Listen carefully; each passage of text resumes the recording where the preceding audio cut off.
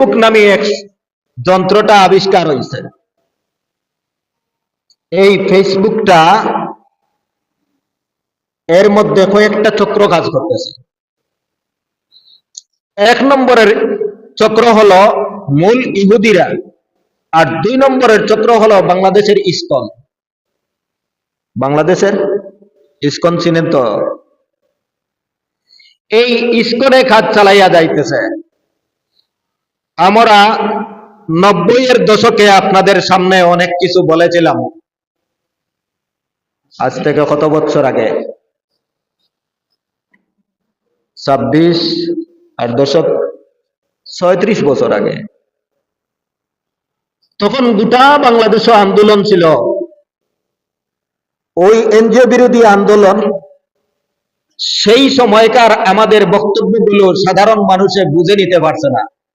কারণ ফেসবুকে এইভাবে সামাজিক কোনো যোগাযোগ মাধ্যম ছিল না যা জাতীয় পত্রিকায় আসতো। কিন্তু জাতীয় পত্রিকাগুলোর মুখ বন্ধ ছিল।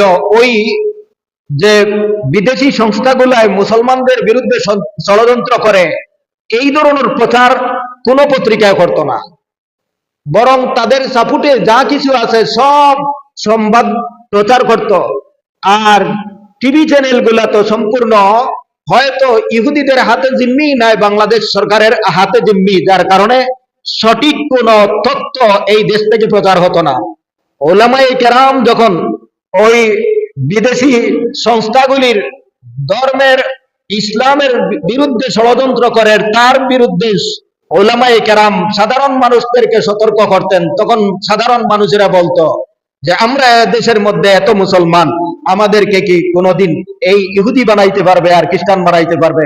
হুজুররা আর কোনো ওয়াজ পায় না ইহুদি আর খ্রিস্টানদের বিরুদ্ধে। আর মাঝে মধ্যে আমাদের সেবামূলক কিছু প্রতিষ্ঠান আছে, এগুলোর বিরুদ্ধে হুজুরদের ওয়াজ। আশা, কারিতাস, এরপরে এই যে যত ধরনের এনজিও সংস্থা ছিল বহির্বিশ্বের, এই সবগুলায় একটা একটা করিয়া ইসলামের মূলে কুঠারাঘাত করেছে, কিন্তু সাধারণ মুসলমানদেরকে বুঝানো সম্ভব হয় না। কোনোটা সুদের মাধ্যমে, কোনোটা ঘুষের মাধ্যমে, কোনোটা জিনার মাধ্যমে, কোনোটা দুর্নীতির মাধ্যমে, কোনোটা ধর্মান্তরিতর মাধ্যমে, কোনোটা সেবার নামে একটা স্কুল, কলেজ এবং সেবামূলক প্রতিষ্ঠান গড়ে তুলতে তুলতে শেষ পর্যন্ত চিকিৎসালয় পর্যন্ত গড়ে তুলেছে। আর হুজুররা এত আন্তর্জাতিক একটা সাহায্য সংস্থার বিরুদ্ধে সাধারণ হুজুররা আওয়াজ করে। আসলে হুজুররা কিছুই বুঝে না।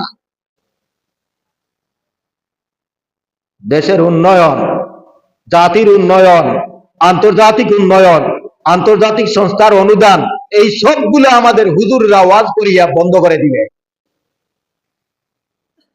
এখনো আপনাদের কাছে করজোড় নিবেদন, আপনারা সচেতন হন, নতুবা এই দেশ অদূর ভবিষ্যতে, বর্তমানে বাংলাদেশে মুসলমান, নামদারি মুসলমান আছে, ইমানদার মুসলমান নাই।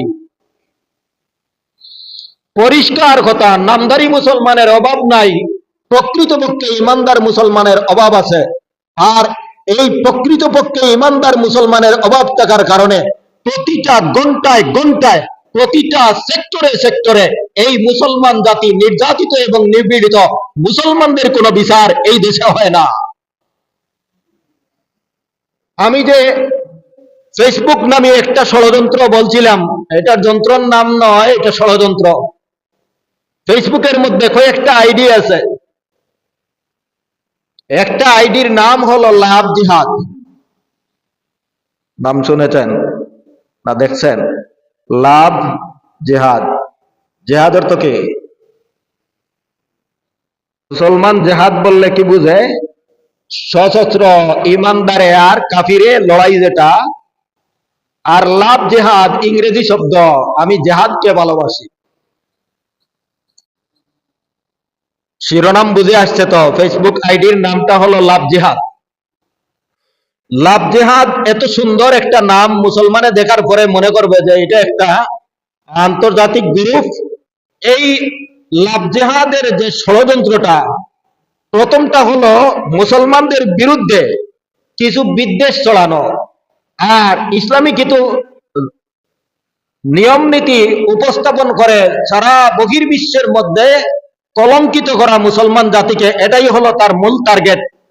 আর 2 নম্বরে কর্মগত একটা টার্গেট আছে, এটা হলো আকীদাগত তত্ত্বগত একটা সন্ত্রাসী। আর বাস্তবতার সন্ত্রাসী হলো ওই লাভ জিহাদের মধ্যে আপনি দেখবেন, আমি একজন হিন্দু মুসলমান হতে চাই, তবে যদি কোনো দিনদার বোন থাকেন তাহলে তার মাধ্যমে আমি মুসলমান হব, আমি মুসলমান হইয়া একজন দিনদার বোনের কাছে দিন শিখব। কথাটা বুঝে আসছে না বুঝেন নাই? কি পর্যন্ত সুন্দর একটা যুক্তি, যে আমি তো হিন্দু মানুষ, আমি মুসলমান হব, তাহলে একজন দিনদার বোন যদি হয়, পাক্কা ইমানদার হয়, অথবা মাদ্রাসার পড়ুয়া মেয়ে হয়, একজন টাইটেল পাস হাফিজা হয়, একজন আলিমা হয়, তাহলে এর মাধ্যমে আমার দিন শিক্ষাটা সহজ হবে। তাই এমন একজন পাত্রী চাই, এমন একজন বন্ধু চাই, যে বন্ধুর মাধ্যমে, যে বান্ধবীর মাধ্যমে আমি ইসলাম তো গ্রহণ করব, সাথে সাথে তার মাধ্যমে ইসলামী শিক্ষা অর্জন করব। স্লোগান আপনার বুঝে আসছে তো? পানি খাবো।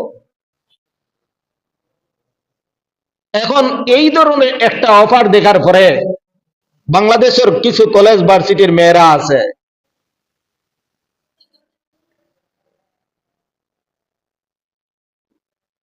যদিও কলেজে পড়ে, ভার্সিটিতে পড়ে, তারপরেও পর্দা করে, আসেনি না নাই? ওই মেয়েটা দেখলো যে একজন হিন্দু ছেলে তো মুসলমান হবে, তাহলে এই সুযোগটা আমার মাধ্যমে যদি হয় তাহলে তো ভালো হবে, কারণ তারে আমি মুসলমানও বানাইলাম। একজন মুসলমান ভিন্ন যে কোনো ধর্ম তাকিয়া যদি মুসলমান হয়, তাহলে তার পূর্ববর্তী সব গুনাহ মাফ। সুবহানাল্লাহ বলেন। আর আমি এই নেক কাজে শরীক হওয়ার কারণে সে যতটুকু সওয়াব পাইবে, আমি ততটুকু সওয়াব পাইব। এই সওয়াবের মাত্রাও তো আপনি বুঝছেন। তাহলে একজন মহিলা, একজন ছাত্রী রেডি হয়ে গেল যে ওর সাথে আমি সুযোগ দিব, প্রেম করব।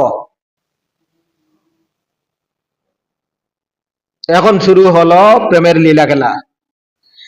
এই প্রেম গড়াইতে গড়াইতে গড়াইতে গড়াইতে যখন দেহ ব্যবসায় রূপান্তরিত হলো, ওই হিন্দু ছেলেটা একজন মেয়ের সাথে অপকর্ম করার পরে সে আর বলল যে আমি মুসলমান হইব না। তখন এই মুসলমান মেয়ের অবস্থা কি হবে আপনি বলেন? পেটে তো বাচ্চা, সমাজে বলতেও পারবে না। কারণ একজন মুসলমান পুরুষ যদি অপকর্ম করে, সাধারণত সমাজের মানুষ তাদেরকে বসিয়া বিবাহ দিয়া দেয়। কিন্তু এমন কোন লোক আছে যে একজন হিন্দু আর সবাই বসিয়া আমরা জোরপূর্বক তার সাথে বিয়া দিতে পারবো? সমাজে এমন ভাবে দিতেও পারবে না, আর মেয়েও এইভাবে রাজি হবে না।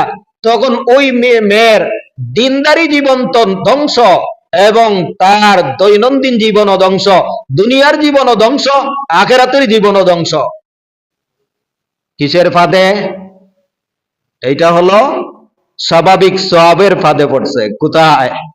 সওয়াবের ফাঁদে পড়ছে, লাভ জিহাদ। এটার অর্থ হলো যে মুসলমান মহিলাদেরকে, মুসলমান মেয়েদের জরায়ুতে, মেয়েদের পেটের মধ্যে হিন্দুত্ববাদী বাচ্চা দিয়ে তাদের কাম চলে যাওয়া, এটাই হলো এই চক্রের মূল কর্মসূচি। 2 নম্বরে